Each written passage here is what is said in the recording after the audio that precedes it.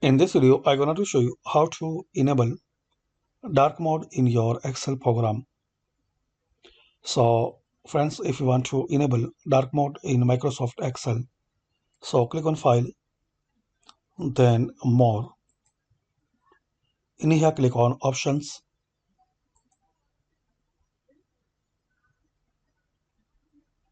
In General tab, you will see option Personalize your copy of Microsoft Office. Here you will see option Office Theme. So click on this drop down and select dark gray. Select dark gray, then OK. That's it. So as we can see now, this Excel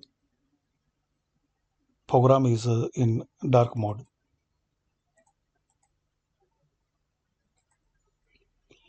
And again, you want to make your Excel in color mode. So click on File, More Options, add select Office theme as colorful or white, then OK. That's it. Thanks for watching.